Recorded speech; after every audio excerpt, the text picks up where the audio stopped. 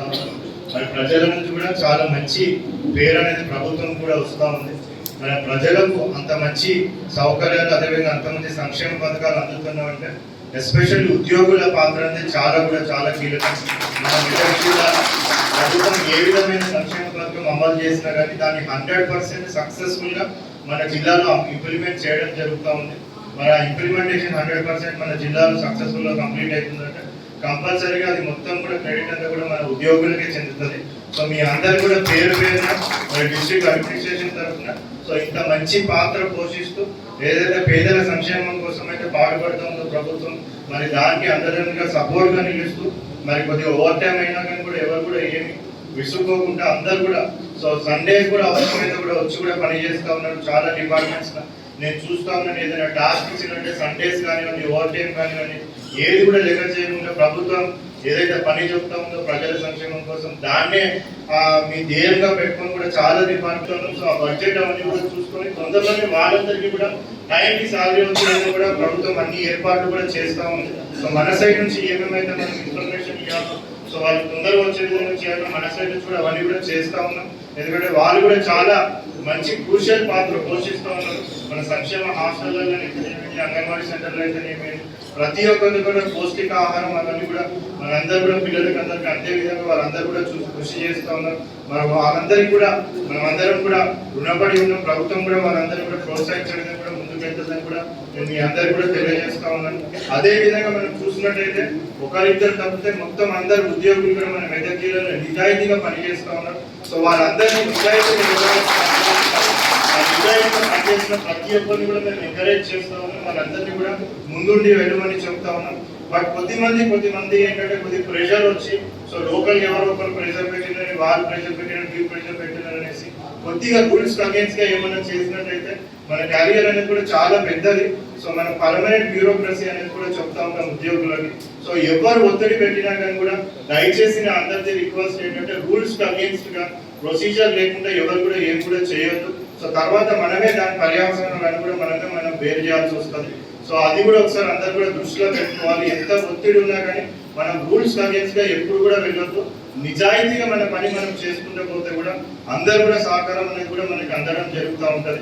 So మన జిల్లాలో మీ అందరి తరఫున ఎవరైతే నిజాయితీగా పనిచేస్తూ ఉన్నారో, డెడికేషన్ తో పనిచేస్తూ ఉన్నారో, కంపాషన్ తో పనిచేస్తూ ఉన్నారో ప్రతి ఉద్యోగి కూడా పేరు నేను డిస్ట్రిక్ట్ అడ్మినిస్ట్రేషన్ తరఫున వాళ్ళందరినీ కూడా ధన్యవాదాలు చెప్తా ఉన్నారు.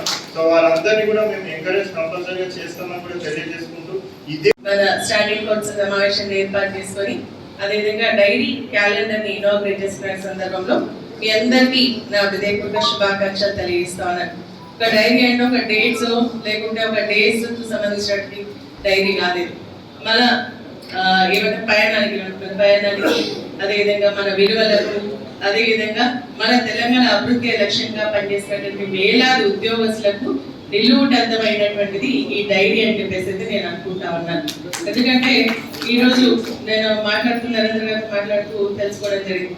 తెలంగాణ అంటే గత టీఎన్జిఓస్ అంటే 2024లో ఇచ్చినటువంటి ఉద్యోగ సంక్షేమ కార్యక్రమాలు అనుకోండి, విధి నిర్వహణ బాధ్యతలు అనుకోండి, అదేవిధంగా మళ్ళా ఏమంటారు సర్వీస్ కి సంబంధించినటువంటి విషయాలు అనుకోండి, అదేవిధంగా ప్రభుత్వం మనకి ఇచ్చినటువంటి కొన్ని జీవోస్ అనుకోండి, లేదంటే రిలాక్సేషన్స్ అనుకోండి, తర్వాత మన gazetted officers, non gazetted officers, తర్వాత క్లాస్ ఎంప్లాయీస్ సంబంధించిన అన్ని డీటెయిల్స్ కూడా దీంట్లో పొందుపరిచినామని చెప్పేసి వాళ్ళు చెప్పడం జరిగింది. అంటే ఈ డైరీ మన చేతిలో ఉంటే మొత్తం సమాచారం మనకు ఉన్నట్టే కాబట్టి అటువంటి డైరీని మరి మీరు ఈరోజు ఇనాగ్రేట్ చేసినందుకు మీ అందరూ కూడా మనస్ఫూర్తిగా అభినందనలు, శుభాకాంక్షలు. మరి కార్యవర్గ సభ్యులు ఏదైతే ఈ కార్యక్రమం నిర్వహించిన వాళ్ళందరూ కూడా అభినందిస్తా ఉన్నారు. నిజంగా అందరం మాట్లాడుతూ చెప్పింది అది సత్యం, మరి జగమెరిగిన సత్యం కూడా. ఎందుకంటే టీఎంజెస్ లేకపోతే తెలంగాణ ఉద్యమమే లేదు అనేది మరి తెలంగాణ ఉద్యమంలో కీలక పాత్ర పోషించింది మనం. తర్వాత తెలంగాణ రాష్ట్ర పురోగతి కూడా సహకరించింది మనం. ఆ రోజు నిజంగా కూడా మీరు లేకపోతే ఉద్యమం ఇంత గట్టిగా ఉండేది కాదేమో. ఎన్నో బెదిరింపులు, భయపడలు మీరు మీ యొక్క త్యాగానికి ప్రతీక తెలంగాణ అని చెప్పేసి కూడా నేను తెలియజేస్తాను. నేను అప్పుడు మీకు మంత్రిగా ఉన్నా, మరి అన్న దేవి ప్రసాద్ అని వస్తుంటే, స్వామి గౌడ్ అని వస్తుంటే, శ్రీనివాస్ రెడ్డి అని వస్తుంటే ఏమైతుందమ్మా, ఏం చేద్దామమ్మా, ఎట్లా చేద్దామమ్మా, మీ క్యాబినెట్ ఇట్లా మాట్లాడాడమ్మా అని. షేరి సుభాష్ రెడ్డి గారు, నర్సాపూర్ శాసనసభ్యురాలు శ్రీమతి వాకటి సునీత లక్ష్మారెడ్డి గారు, జిల్లా కలెక్టర్ గౌరవనీయులు రాహుల్ రాజు గారు, టీఎన్జిఓ ఉద్యమాన్ని గురువు తల్లిగుచ్చి మన బాధపడకపోతే మాట చెప్తామన్నది కానీ బాధపడతారు కాబట్టి ఏం చెప్తలేను.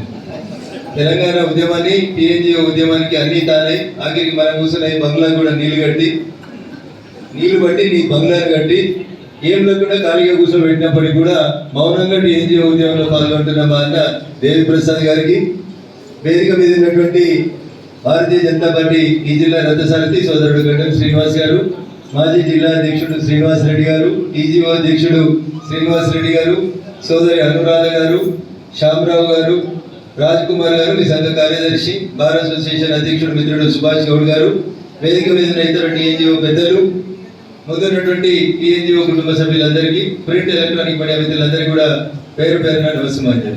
ఇంటికో ఉద్యోగం వస్తుంది, నిరుద్యోగ సమస్య తీరుతుంది, కానీ రిటైర్ అయిన వాళ్ళకి పెన్షన్ ఇవ్వలేక, రిటైర్డ్ అయిన వాళ్ళకి డబ్బులు చెల్లించలేక ఐఎమ్ స్ట్రైట్లీ అలీజింగ్. పాత ప్రభుత్వం 58 నుంచి 61కి పెంచింది, ఇప్పుడున్న ప్రభుత్వం 61 65 చేస్తుంది.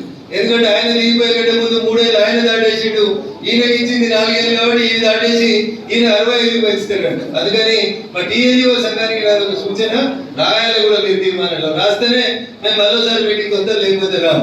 61 నుంచి వయసు 5 రోజులు పెంచినా కానీ టీఎన్జిఓలుగా మేము ఒప్పుకోం. 61కి మేము అందరం రిజైన్ చేస్తామని చెప్పి ఈ సంఘ తీర్మానంలో రాయాలి.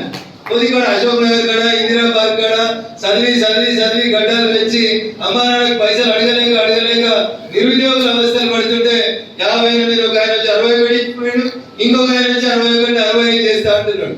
మీరు మౌనంగా ఉంటే, ఇలాంటి మేధావులు మౌనంగా ఇట్లాంటి నిర్ణయాలకి సపోర్ట్లు కొడితే మేధావి మౌనం ఈ దేశానికి నష్టం చేస్తుంది. కాబట్టి దయచేసి నెక్స్ట్ మీ పిల్లలకి నష్టం జరుగుతుంది, మీ పిల్లలకి అవస్థలు వస్తాయి ఉద్యోగాలు రాకుండా. కాబట్టి మీ తీర్మానంలో ఎట్టి పరిస్థితులలో ఏజ్ లిమిట్ 61 నుంచి 63 కానీ 61 నుంచి 65 కానీ దేన్ని కూడా టీఎన్జిఓస్ ఒప్పుకోమని చెప్పి అది మెదక్ నుంచే తీర్మానం మొదలుపెట్టి పంపాలి. ఈ రాష్ట్ర అధ్యక్షుడు జగదీష్ గారు వస్తే వారి నుంచే చెప్పి ఇక్కడనే వాళ్ళని సంతకం పెట్టిద్దాం అనుకున్నాం. అలా వేరే కారణాల వల్ల రాలేదని చెప్పిండు.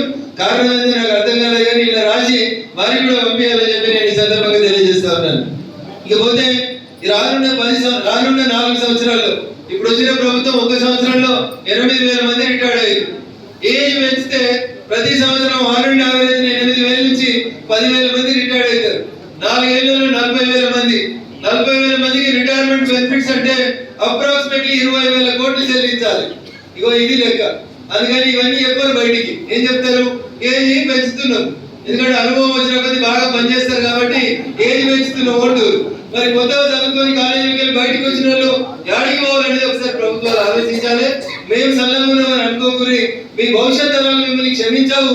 ఒకవేళ మీరు ఏజ్ పెంపుని మీరు ఇక్కడ ఉన్నటువంటి టీఎన్జిఓలు ఎవరు సపోర్ట్ చేసినా మీ భావి తరాలు మిమ్మల్ని క్షమించావు. కాబట్టి ఖచ్చితంగా మీరు రిజల్యూషన్లో రాసి మీ రాష్ట్ర తీర్మానంలో కూడా అనురాధ గారు రాష్ట్ర కార్యవర్గ సభ్యురాలు చెప్పినారు. కాబట్టి రాష్ట్ర నాయకులు ఎవరున్నా వేదిక మీద ఖచ్చితంగా దాన్ని మీ తీర్మానం లోపల ఇంప్లిమెంట్ చేయించాలని చెప్పి ఈ సందర్భంగా మీకు అందరికీ కూడా సవినయంగా అప్పీల్ చేస్తూ చివరిగా నా దృష్టికి 3 సమస్యలు తీసుకొచ్చారు. ఒకటి ఇన్కమ్ ట్యాక్స్, 2 యూపీఎస్ లో కొన్ని సవరణలు రావాలని, సిపిఎస్ వద్ద మేము కొట్లాడితే యూనిఫైడ్ పెన్షన్ స్కీమ్ అని ఒకటి భారత ప్రభుత్వం తీసుకొచ్చింది.